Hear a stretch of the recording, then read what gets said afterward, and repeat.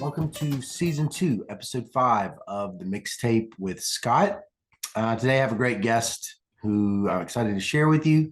But before I introduce him, we gotta go through the liturgy about the role of stories in our lives. I don't know why I did it in that voice. I'm excited. I love reading this part.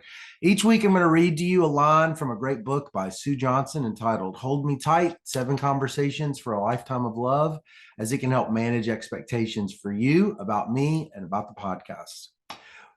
We use stories to make sense of our lives, and we use stories as models to guide us in the future, and we shape stories, and then stories shape us. That is what the Mixtape with Scott podcast is about. The podcast is devoted to hearing the personal stories of economists, scientists, and authors. As you listen to these people's stories, my hope is that you hear the faint traces of your own story woven into the fabric of their life. I hope that by listening without judgment to this person's life, you feel a sense of connection to them, because we are all one and we're connected. I hope that once the podcast is over, you are left with a new story that helps you and me make sense of our lives, and that you have a model to help us navigate your own life, and that I have a model in this person's story to navigate my life as I continue to update my own model. So with that, let me give a warm introduction to Dr. Paul Oyer, one of my favorite labor economists and authors in the profession. I have a fondness, as you may have noticed, for the labor economists. I like that tribe. Paul is a professor at Stanford. He's also a graduate of Princeton, which, for those who've been paying attention, has been, going back to season 1, a fascination of mine, because it's sort of the birthplace of a renaissance in empirical micro under Orley Ashenfelter, David Cardinal, and Kruger, to help kind of launch this, new worldview of doing applied work. And Paul was there. And Paul is also the author of several great general interest books that I love, that explain economics to normal people. Normal people. That's probably a Freudian slip, but I'm not sure economists are, quote, normal people, but we do have a wonderful field. So my favorite of his is a book that explains economics. It's called Everything You Need to Know About Economics Can Be Learned from Online Dating, and I assign it every semester to my students.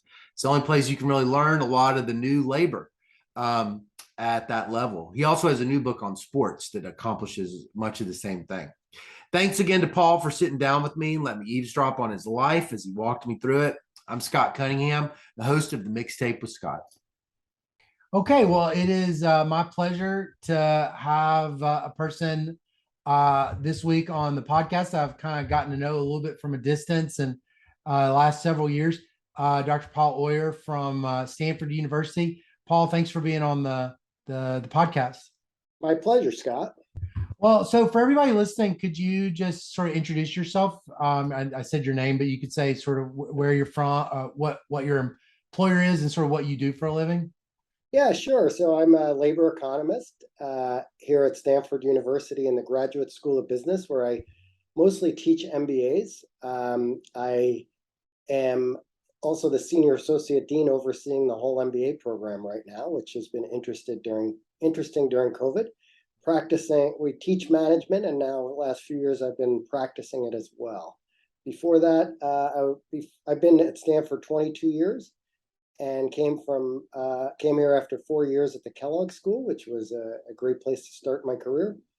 And before that, I got my PhD at Princeton.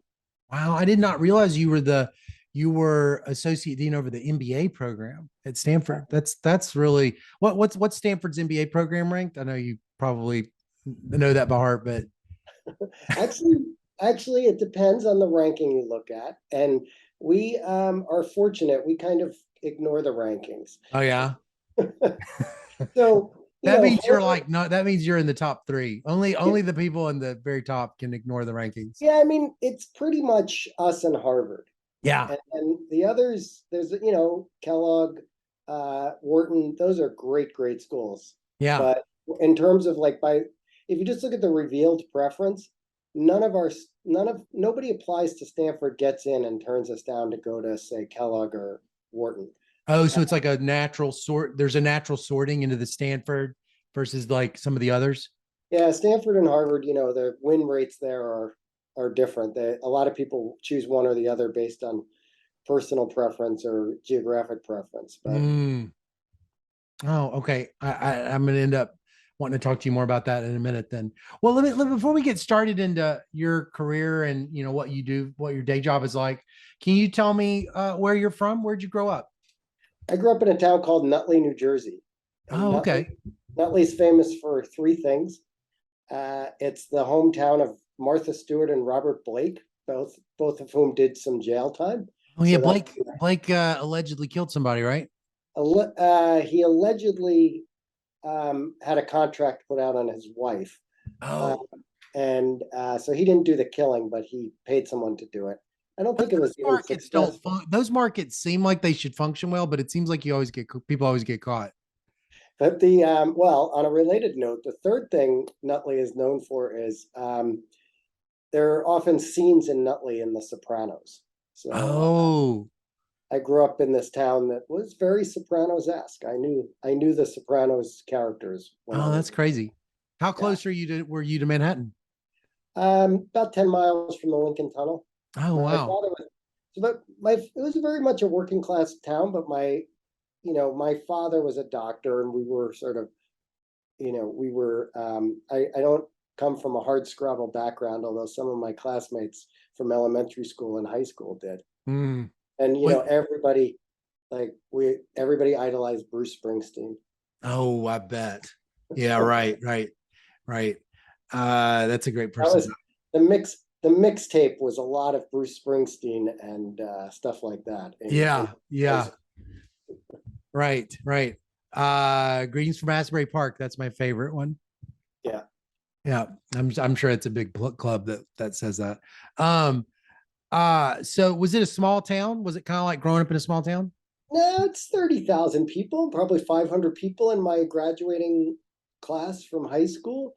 Many, probably half of them went on to college. I'm old, so Mm, only about half of them went on to college. And of those, most probably just went to commuter schools, Montclair State, um, Newark College of Engineering, which is now known as New Jersey Institute of Technology, all these local sorts of schools. yeah. And then I was the youngest of four, and all my sisters had gone off to other places. I went to Middlebury College in Vermont, which was quite a change from Nutley in many ways. And, it was where I learned, uh, where I really learned about academics, because the high school I went to wasn't the most academically oriented in the world. Did you like school when you were in high school? Well, I hated my high school. Did you really? It was a bad. Nutley wasn't a great place to be kind of bookish. And Ah, so I was certainly ready to get out of Nutley as soon as I could. you liked reading or you liked your studies and stuff like that? Yeah, I was always good at math and like everybody, like every PhD economist, I Yeah, was yeah, good. yeah. And sure, I liked reading. I mean, I was a pretty good student and not top of the class because I was kind of a screw off in high school. Yeah. So So I you would say though you really were good. You would just say about like you were good at math. That was like that was what you just had you had a natural aptitude towards mathematics, and was Yeah, that I what you mean, liked too? yeah, oh, definitely. I mean, relative to the population, I have a very high aptitude towards math. Relative to the peer groups you and I run in, I don't have that high of an aptitude Right, towards math. right, right. Yeah, So, but right. in my high school and even in my college, I was an outlier in math. Then Mm, I don't know, I don't know if you had the same experience. I remember getting to Princeton, and then I was even an outlier in I have an MBA, very unusual for a college for a economist. I went and got an MBA because I thought I was going to work in the real world, and even there, I was sort of one of the better students math wise. And then I don't know, like that first week of grad school at Princeton, where you look around and you're like, oh, okay, I'm not at the top of the distribution right. anymore. There's all these people who just know so much math that I don't know either. So through some combination of having higher IQs and having already gotten master's degrees in foreign universities and things like that. Right. Right. Well, I had a so that when was you got to Middlebury, wait, what was that? no, I was just gonna say that that first month or two of Princeton, boy, that was humbling Yeah, to see all these people who were so smart. yeah, yeah. When you were at Middlebury, what did you major in? Math, Math and computer science is what I saw, right? math and well, okay, but if you were a college graduate in 1985, the department was called Math and Computer Science. Oh, So it wasn't a double major. Oh, okay. no, I probably took two or three computer science classes, which I was just young enough. Like the generation before me, it was punch cards. We were Right. sitting there with a deck mini computer. You know what nobody even knows what that means anymore. No. A computer terminal that you would program in BASIC or Oh, Fortran. yeah. Yeah. So you were like, what? Were you learning basic? Were you learning like Pascal or C or anything like that? BASIC, if I remember correctly, it was BASIC, Fortran, and and C. And C. No, no, no. C was later. Maybe that was when I was in maybe that was when I was in my MBA program. Yeah. Basic, Fortran, and I don't know, Yeah. Cobol, Pascal. I don't even remember. But so did you take any econ when you were at Middlebury? A little bit, but not much. Just a few classes. Would you take I why'd you take any? I thought I might be interested in it, and I was, but I just got going down the math track. Not sure why. I mean, I actually wrote a thesis, which God, I mean, I can't even tell you how bad it was. So bad. It was about like regression in the stock market and something. It was like probably the most, like especially as a guy who is so focused on causal inference, Right. you'd really be ashamed of me. Um, and I had an advisor from economics as well as from math for that. But it's really nice about going to a liberal arts college, though, is I had an advisor and this math professor. He's a great guy. John Emerson was his name. He was a wonderful guy. I took a bunch of classes from him, and he taught. And then he became some sort of administrator, and I happened to go back through Middlebury and stop by his office. And there's nothing you can do to make a professor at a liberal arts college happier than to have been their student and just stop by and say, "Hey, how you doing? I'm a professor at Stanford now." I cannot even fathom. What did he say? He must have been He was so so happy, delightful. so happy. Oh Okay. man. We're all excited when our students come by. So anyway, he was a great guy, big influence. But I think this is different now because I was in college in the 80s. Neither him nor anybody else kind of ever said maybe you should go get a PhD. I mean, it just Mm, maybe they know better than I do that I shouldn't. But I like it wasn't there wasn't this sort of research right. PhD pipeline back then. Nobody said Yeah. go work for go be a pre-doc or go apply Right. to a PhD program. So it never really Hmm. occurred to me. That's why. And the other thing is, like, you go to a liberal arts college, Swarthmore is the exception, but like I didn't know what an engineer was. I Right. got to my first job and I thought engineers drove trains. Right. And that's a little bit of something you miss by going to, like, I probably would have enjoyed taking a lot of engineering classes, but I didn't even know what that was. Yeah. Huh. So you graduate but it's not on your mind to become an economist. What's on your mind? So it's to be a captain of industry. Yeah. I went off to a consulting firm. At the time, it was a very sought after job. Unfortunately, the firm hasn't done as well lately. I went to a company called Booz Allen, Mm, which used to be a strategy consulting firm on top of the government consulting firm that still exists. And I mean, that was super interesting. 2 years of mm, like every few months you change industries.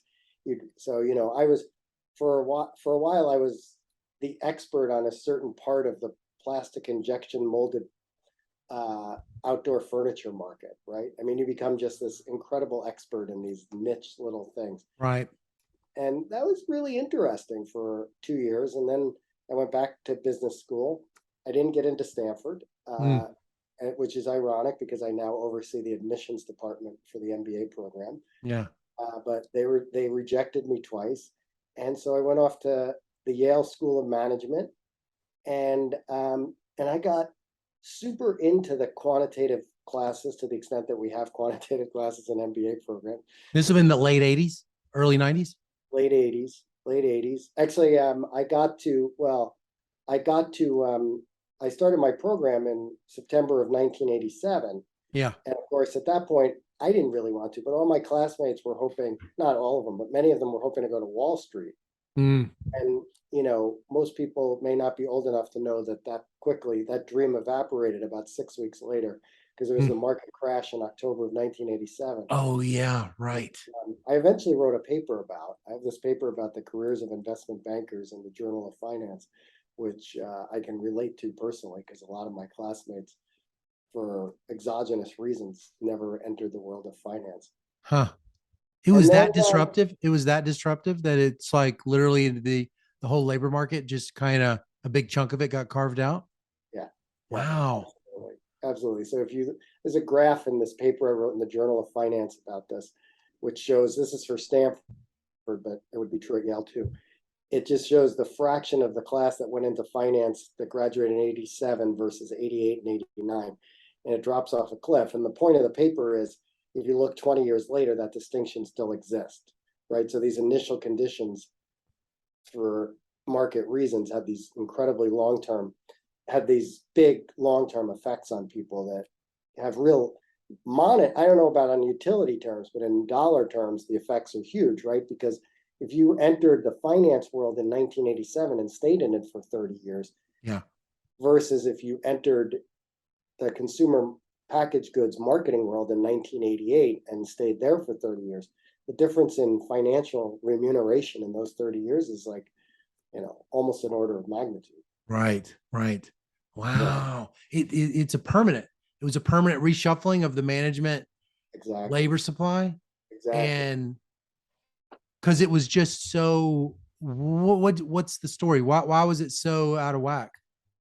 Well, it's just, what's the story I tell in the paper I wrote is that once you get, there's something about industry specific skills or industry specific match, that not match, because it's all about, once you're there, you're stuck there, or once you're not there, you never get in. So it's shocking, like when the market picks back up, people aren't moving from consumer packaged goods back into finance. Yeah. They missed the boat when they graduated, and that's Right. the end. Yeah. And so, the story I tell in the paper is that investment bankers are made, they're not born. Mm. Right. So it's, and then, but I went off, I was never that interested in finance, but I really got into these like production and operations management, these operations research type classes when I was at Yale. So I went off to work. So in 1989, I graduated. I went off to a high tech company called 3Com Corporation, which, is pretty much out of, I had some stock options and whatnot, and those were worth exactly $7 and over my entire career, I think, if that. And I went to work there in production, because back in the late 80s, this was 1989 when I graduated, people still made things here in Silicon Valley. So I moved out to Silicon Valley and I worked on the production floor in Santa Clara, California for this company. And we made PC boards and other sorts of things that involve production. And, my job was to plan the production line and to, do things like that. And for a while, I was kind of applying these techniques we'd learned in our MBA program, but it just wasn't that exciting. I mean, the real world, I quickly decided the real world was boring in relative to, like, I always, I mean, this won't, like everybody who goes on to become an economist, I liked playing with numbers. I liked spreadsheets, things like that. And, Yeah. The job was just kind of meetings and whatever, which is ironically what I do now. But you thought maybe you would go on to become like a path to CEO or something like that, but you learned kind of quickly you learned something about yourself or something about the job. Yeah, I learned something about myself. I didn't see I didn't at the time have a lot of interest in climbing the corporate ladder, and I wanted to sit around. I didn't know it existed yet, but I wanted to program in Stata. I didn't know that's what I wanted to do, but that's what I wanted to do. And somehow I figured out this whole idea of becoming an economist. And I called up Sharon Oster. I don't know if Sharon, Emily's mother, who I had taken several classes from during my MBA program. And I called her up and said, I was thinking of becoming an economist. And she's the one who said, well, and for reasons I can't even remember the reasons for this.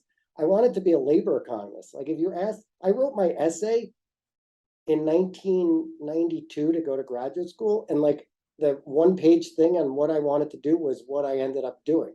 Like I said, I want to study personnel economics. I didn't say those words because I didn't know they existed. And I said, I want to study labor market problems and how firms solve these problems and things like that. Why I was interested in that, I have no idea. Was Lazier already doing work on that? Was that in your head at all? Lazier was doing, but I didn't know anything about Lazier because I called Sharon Oster and she said, and I described what I want to do. And she said, oh, you should apply to Princeton because Princeton's good at labor economics. Right. And I was like, all right, I'll apply to Princeton. And, maybe she mentioned Orley's name. And like, so I applied to Princeton. And this is a great, this is where I had the most luck that I know of in my whole life. I applied to Princeton and, I'd been out of undergrad for 7 years. So I send my application in and, my test scores are fine, my GPA, all that. So that's not going to hold me back, but it's not going to get me in, the people applying to Princeton, but, it put me in the running. And my file got assigned, I was told this years later, my file got assigned to a member of the faculty who was on the admissions committee, and he said, oh, this guy has an MBA, he's been working, he's not going to really be serious about this, let's reject him. And the administrative person in charge of the administrative person who sends out the rejection letters or whatever from the PhD office at Princeton's economics department, she apparently reads my file and says, well, he says in his essay he wants to do labor economics. So let's send it over to the industrial relations guys. So they sent my file to Hank Farber and David Card, and they're like, yeah, let this guy in. If she hadn't sent it over there, I would have been rejected. I probably wouldn't have gone to grad school. Wow. I wouldn't have bothered. The other place I got in, I didn't get funding. I probably wouldn't have left my career to go back to grad school if it hadn't been for this. I got into Princeton. They gave me the IR section fellowship, which was the biggest one in Princeton. So what does that mean? I don't, I know that in the history of design based causal inference, it's really the story is of Princeton's industrial relations section, as it seems like with Orley and Card and Kruger and all the students and everybody. But I don't really understand, what is the industrial relations section? It's like it's like the Hoover Institute, or it's like an endowment or something. Yeah, it does have its separate endowment. So Princeton has a lot of little centers, I guess section, I don't know what, we would probably call it a center here at Stanford. And they have a lot of little centers. There's one for development economics that was Angus and Deaton and Ann Case when I was there, and there's other people now. There's one for finance that wasn't there when I was there, but it's become a big deal. But I think the first one of these of any real meaning was the industrial relations section, which was financed by, there's a book out, they've sent a book out. I think I have it on my it's not, I thought it was on my coffee table, but it's not.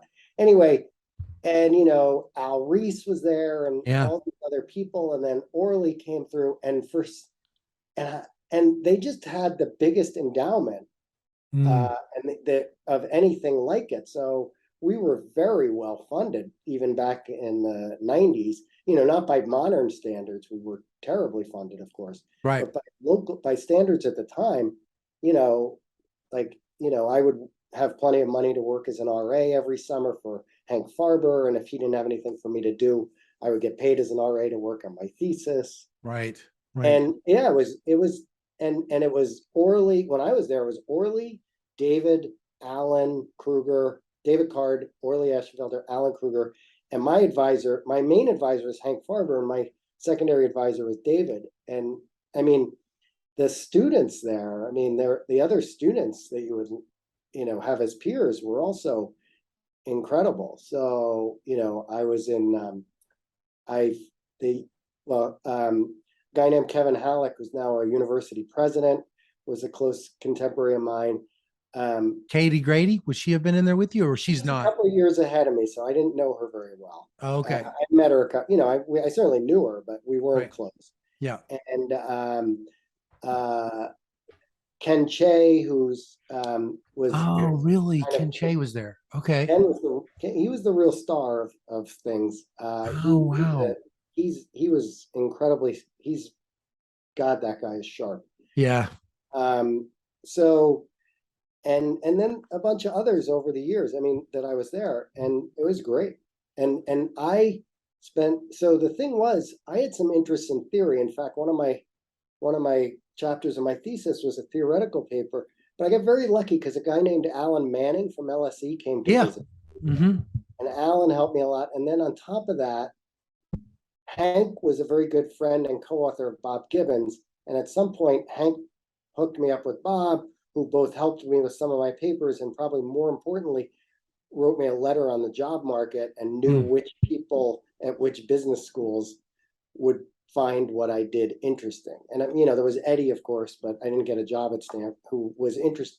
I'd met Eddie through giving a seminar, and he was wonderfully helpful to me on the job market, but they didn't have a job at Stanford that year. And then a few years later, Eddie was still interested in what I was doing, and this job, well, that's another story of where, the amount of luck that has struck me to land me in this position is. Yeah. Yeah.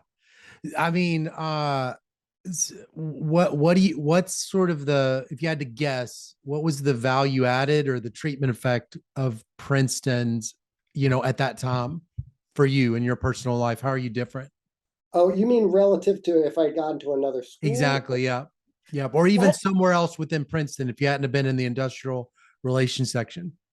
I think it was high, but not like, I mean, obviously there were students at that same time who went off to Harvard and worked with, that was pre-Josh Angress. I'm trying to think who it would have been. But anyway, there were other good places to become a good labor economist. I think maybe Princeton was the best, but there were other places. So it's hard to say. Would you have said, like we think about causal inference and like, natural experiments and instruments and, like explicit counterfactuals and all that stuff. Like it's like a coherent thing, but like, did you sense when you were there that it was like you were getting a slightly different take on empirical ways of doing analysis than you would have gotten at like Harvard or anywhere else? Did you feel like there was something unusual about of course you don't really know, but is it now looking back?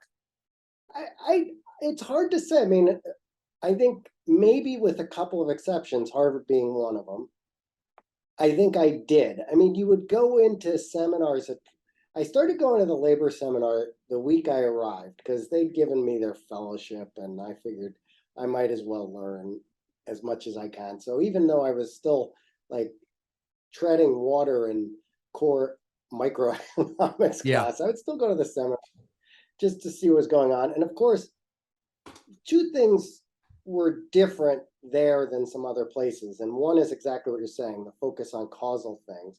But then the other thing is Princeton back then was a pretty theoretical place. And I think there was nothing really going on structurally. There was no structural work going on either, at Princeton or among the people that they were working with. And so there was a real focus on empirical methods. I mean, Hank Farber used to say at the beginning of like within 5 minutes of every seminar, okay, what are we regressing on what? Right. Right. So Right. that was that was that was a real distinction relative to some, because at the time a lot of the world was in the early 90s, a lot of the world was focused still on game theory. Yeah. Right. Because you mentioned Bob Gibbons. He's got that applied game theory book, right? That Yep. it's kind of like Yep. yeah. So you were kind of sorting a little bit into micro, like not necessarily, I mean, like you were doing theory, you were kind of interested in economic theory, but you're this full blown modern labor economist too, with all this empirical work. Yeah, but I mean, I do very lowbrow theory. Sure. Sure. Yeah. Right. I it's like, very, very, I mean, and I don't say that to, like, I don't even think of that as a negative thing. There's not enough lowbrow theory anymore. I mean, Eddie Lazier, who's my favorite economist ever, made his career, like the impact he had on the profession doing lowbrow. He did a little higher brow than me, but lowish brow theory is amazing, because if you, doesn't matter, the it's really about the insight in my mind, not the technique. Right. I have Right. I have a lot of colleagues in the profession and even on this hall at Stanford who might disagree with that, but Yeah. Well, what's so special about him to you? About Eddie Lazier? oh, Eddie, he's the most natural, and he was the most natural economist you've ever met in your life. I mean, I used to joke that he won some award, and what I said about him that night was, I'm pretty sure on the day he was born, he weighed the costs and benefits of leaving his mother's womb, right? So, I mean, he saw the heart of every economic, I mean, like, he just saw the economics of every problem Yeah. so naturally and so immediately. And Mm. just, and the other thing was, like, you can go to seminars and I'd be like bored out of my mind, not paying any attention. And Eddie could, I mean, like, he loved it so much. He would still be asking the most, penetrating and interesting questions of anybody. So that's Mm. one thing. I mean, the other thing that was great is that then translated into, he wrote these papers that were so simple. Like, you'd read the abstract and I was like, well, I don't need to read the paper. I got the point. And it's like, Right. why didn't I think of that 10 years ago and write that model down? Mm. So and then on top of everything else, on top of the research, I mean, Eddie was just like he was a true mensch, right? This Mm. was a guy who gave more in terms of public service to the Mm. profession than anybody. And as I often say about him, it's very ironic because he was also the most hardcore, rational, homo economicus believer. He was not a friend of behavioral economics, shall we say. Mm. And yet he was despite that, he was like one of the great providers of public goods in the profession, despite the fact that he would never model somebody acting in the way. Right. Um, I think you're, I think that you've managed that's actually, I see in your book, the everything of course, I'm the biggest fan of that book that's ever lived.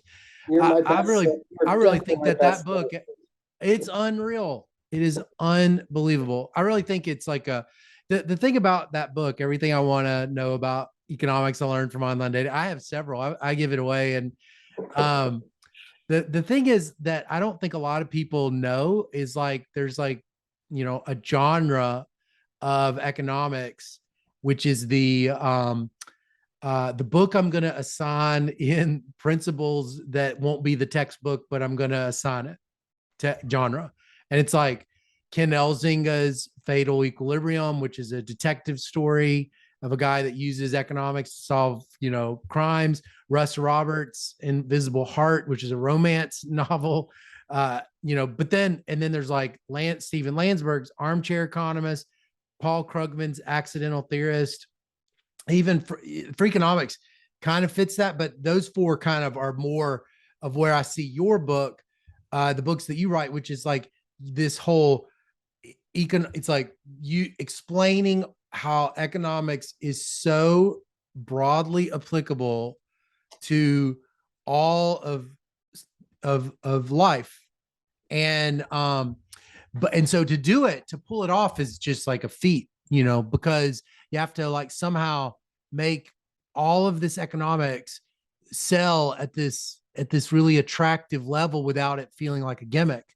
And everything I want to know about economics I learned from online dating, it's really unbelievable because it's like all of modern labor, in there. It's like search, signaling, cheap talk, two-sided matching, returns to skill and education, beauty, discrimination. You wouldn't think that it's like it's kind of what you just said actually about was I have when I read that book, your book, I just thought I was supposed to write this book. I was supposed to be the one to write this book. I'm the one that's interested in two-sided matching and room and like partnerships and stuff. And you did, and it's just absolutely brilliant. It's just a brilliant, and it's so well written. I really think it's a fantastic book. Thank you. That is very kind. I mean, so when did you start having now you've written a new one, An Economist Goes to the Game, and I want to hear about it, hear about it. But when did you start having these books inside you? When did you notice there were these books inside you? Well, these books inside me, that's a really interesting way of putting it. And by the way, this last one, the sports book, I mean, it just took so long to get it to where I wanted it. So the dating book is like very quick. It just came right out. And maybe that's because the process of dating didn't last that long. I was lucky. I found my wife after a year or so. Yeah. Whereas the sports thing has been a long time, a lifelong thing. I think I was just ready, to find new challenges. And I'm, I get a lot of grief for the book, especially the dating book. The online dating book, you get grief from it? Yeah, serious economists think, well, why are you writing instead of writing a paper for Econometrica? And and my view is, I mean, more power to everybody who's only spending their time writing papers for Econometrica. That's great. But like, what writing papers for Econometrica doesn't make us useful. Helping what people write in Econometrica, helping that influence the way people think and learn. That's where things are useful. Yeah. And you could do that in a policy way or something like that. And I just did it more. I've always been like, okay, well, let me see how I can help some people see the value of what we're doing.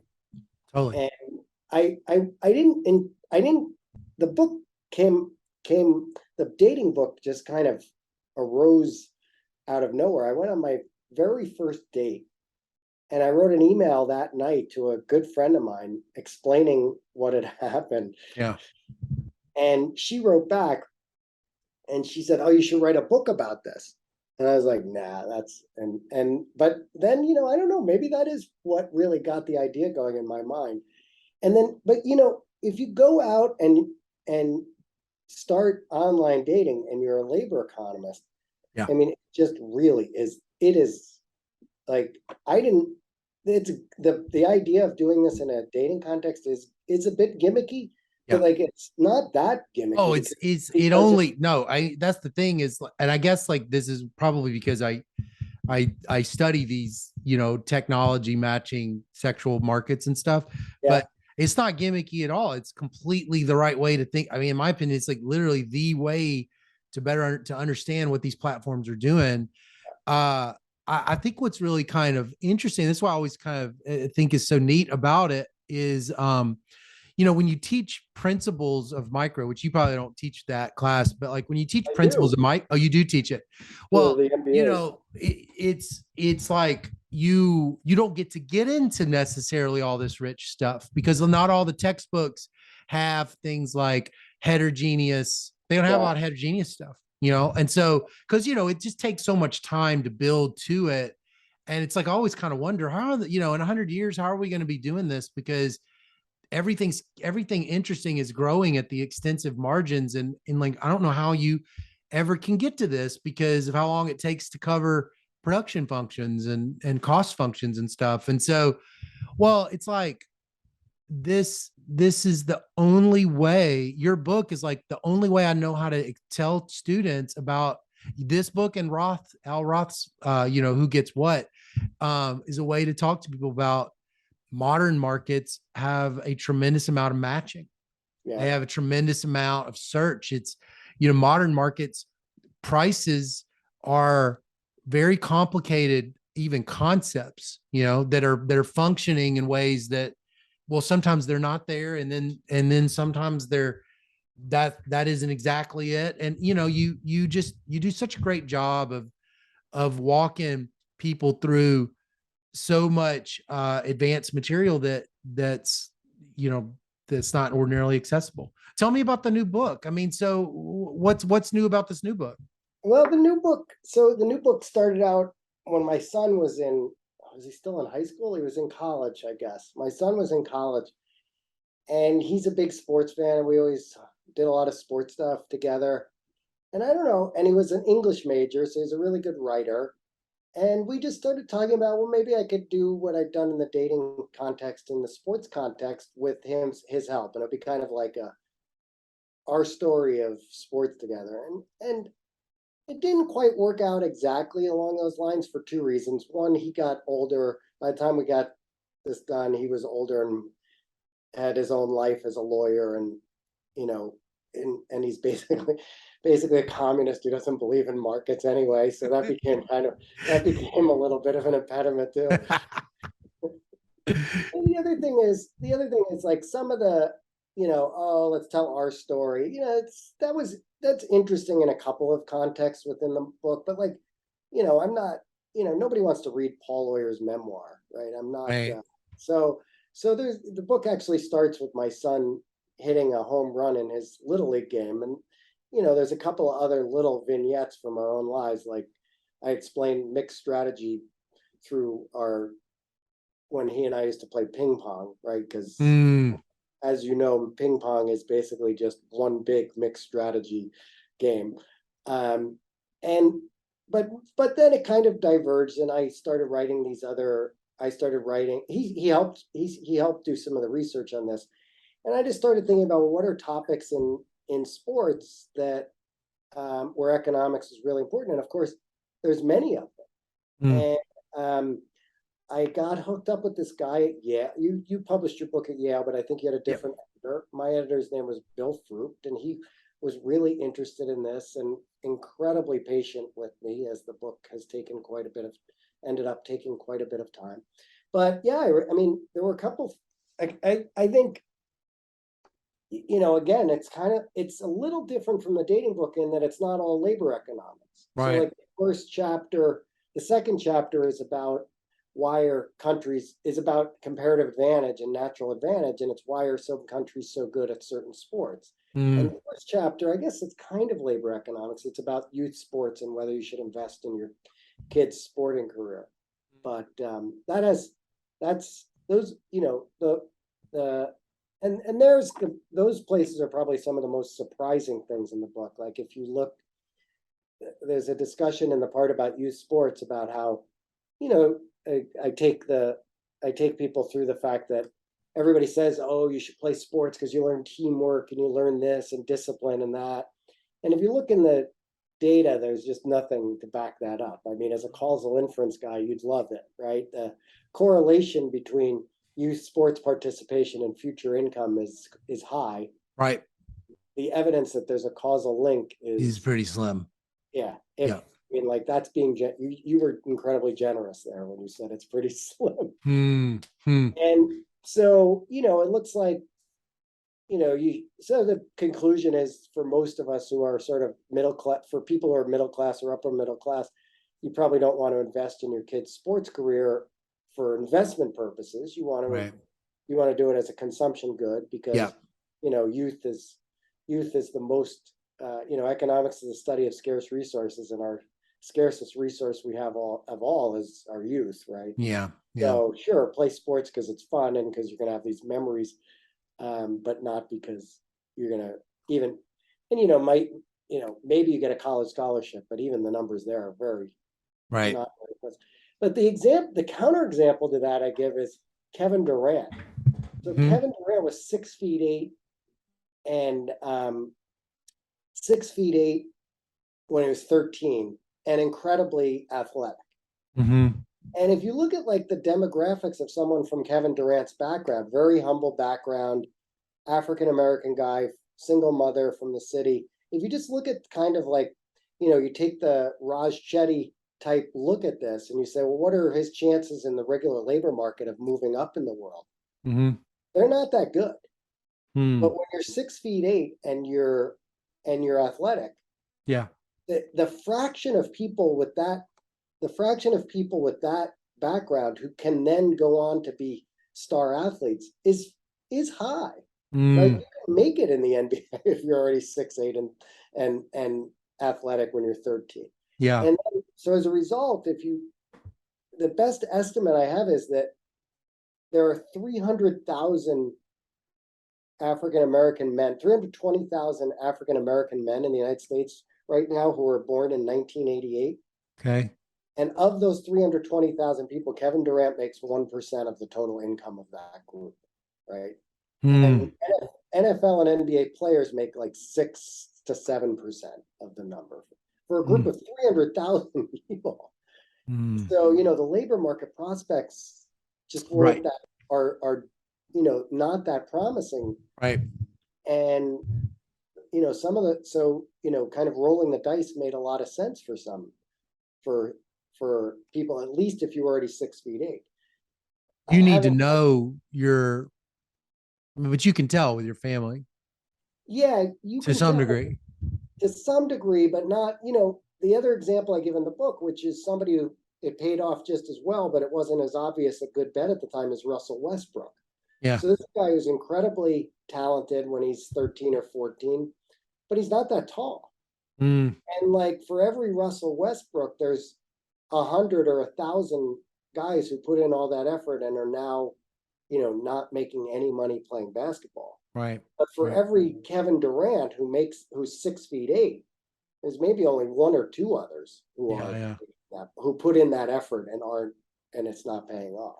Well, let me ask you something. So, this whole being able to image and likeness, policy change with the NCAA. I'm just curious, what do you think is the marginal, how is the marginal athlete being affected by that along all the margins you've thought about the ability to profit as a student? Yeah, not very like that. The name, image, and likeness stuff is great. Don't get me wrong, right? Because Mm-hmm. markets, like, let's let people capture their value in the market, and let's not exploit workers, college Yeah. athletes, a class of workers. Right. So I'm all for it, but it's not having a big effect beyond. I mean, if you look at college athletes, very few of them bring in real revenue in a way that is going to change that anybody's going to pay them a lot to Mm. be associated with them. Mm-hmm. The other, but it is a nice trend. By the way, the other trend that I just love is, as labor economists, we should all love is the portal, right? So about the portal where where the NCAA players in basketball, football, and other sports can now transfer schools much more easily. Yeah. Right. So so not only did we have indentured servitude in the NCAA where you were working for free. Well, you get a scholarship. I mean, there's some value, but Yeah. you're working for free. They're certainly well below marginal product of labor for many of Oh, the yeah. Yeah. Yeah. top players. Now, at least you can, take your efforts to the place where even if you're not going to get a direct financial return, you can move to wherever you're going to get the best individual return in Yeah. whatever way. Do you think that was economists that were helping involved with that? You think about like in economics, well-defined property rights involve transferability, transferability, exclusivity, and enforceability with like pollution. So it's like, but it doesn't seem like the goal ever of the NCAA was like, make sure these labor inputs are, getting priced correctly. I mean, it's like, but like, did economists have any involvement in any of that at all? I don't know. It's a good question. I actually don't even know how it Yeah. got to be. Yeah. I mean, Ed, how did the portal come to be? I mean, I know how the name, image, and likeness stuff came about, right? There was a Supreme Court case, and then various states started changing things. But I don't honestly know how much economists were involved. Mm, There must have been economists involved in some of the court cases. I'm sure there were expert witnesses in the Ed O'Bannon or whoever it was cases that opened some of this up, and that's got to go way back. Like, I don't know how much you know about the reserve clause in baseball, right? But in the old days, baseball players also made a lot less than probably their marginal product of labor because they had two choices: play for the team that signed them in the draft, or do something other than playing baseball. mm, And and when they were allowed to start being free agents as a result of kind of indirectly this case involving Kurt Flood and then some negotiations afterwards, there must have been economists who were expert witnesses and influencing those cases. But I don't actually know I've not heard the of that direct input. There mm. was, I mean, I do know economists were writing about this. So Yeah. the field of sports economics is not that well known within economics, but a couple of people are real giants who wrote about the reserve clause. Gerald Scully, who I believe is somewhere in Texas. Yeah, he's somewhere in Texas, so you may see him at a conference now and then. Mm. Guy named Simon, was it Rottenberg? Oh, I can't believe I'm blanking on his name. The father of sports economics, who wrote this paper about the reserve clause back in the 50s. So economists have been studying this a long time. I'm not sure to what degree we affected the actual outcomes of any of this. Mm. I'm sure Yeah. we did, but not in a public way. Right. Well, I know it's top of the hour, and I love talking to you. I have one thing I want to end with. On TikTok, there was like a theme that went around where they would say, "What's something that lives rent free in your head?" And then people would play funny clips of scenes from movies that like they sort of said lived rent free, meaning you gladly let those memories stick around.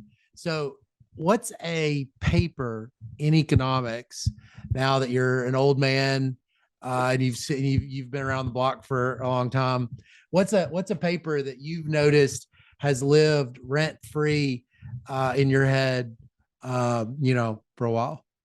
Wait, let me get the premise of make sure I get the premise of the question. Like, what's a paper that I just think about and has an Yeah. influence in the way Yeah, it's not a paper that you would say, well, this is my favorite paper or this is the best paper. It's a paper that you just have noticed over the years that it's one of the handful of papers that you just kind of remember a lot or you think about a lot. Such a good question. Such a good question.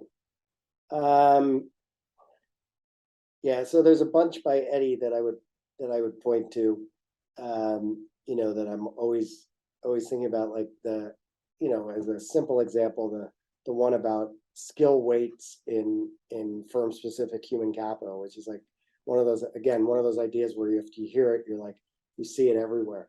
But I'll tell you two others that come to mind. One's an obvious one. Have you gone back and read the Spence signaling paper anytime recently? No, I haven't reread it in a while. No. I mean, that's such a great paper and Yeah. such an insight. Right? Yeah. Yeah, totally.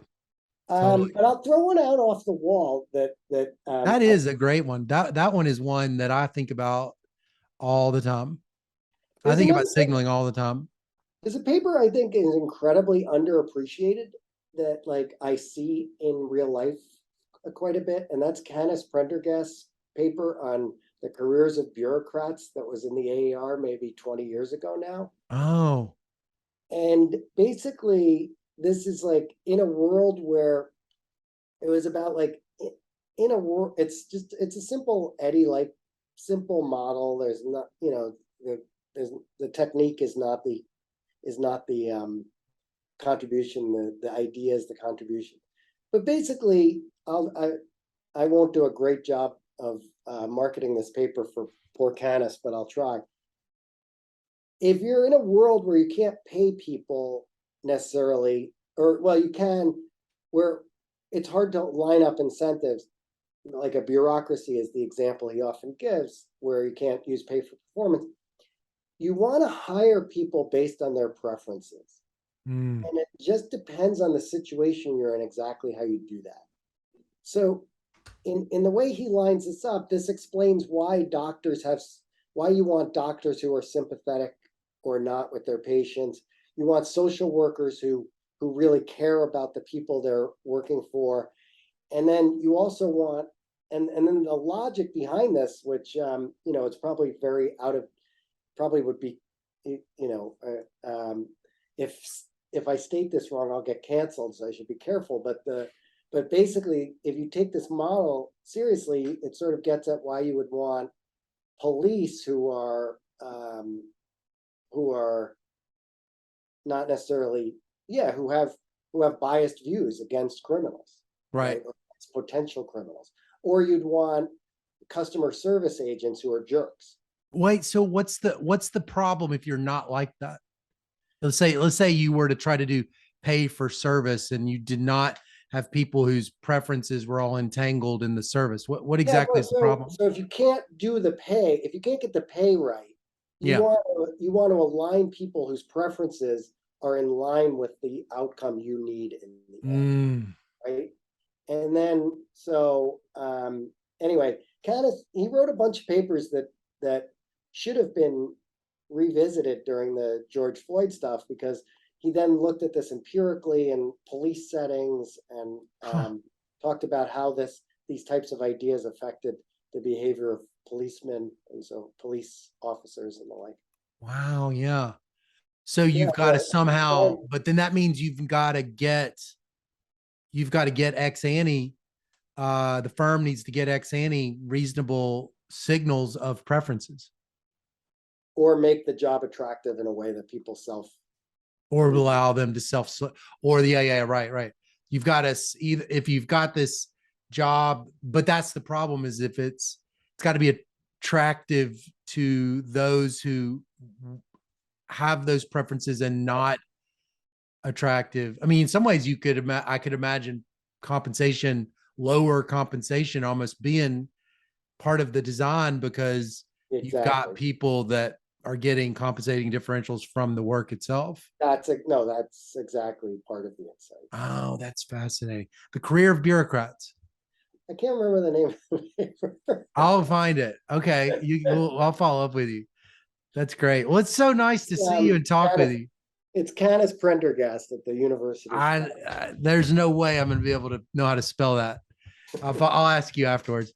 Okay. Well, it's really nice to chat with you. And I'm excited about this new book being out, and I'm going to get to assign it. And next, it's going to be hard for me to ever not assign the online dating book though. So I have to, but I'm a grown up. I can work through that. I appreciate that. That's very kind of you, Scott. All right. You have a great day.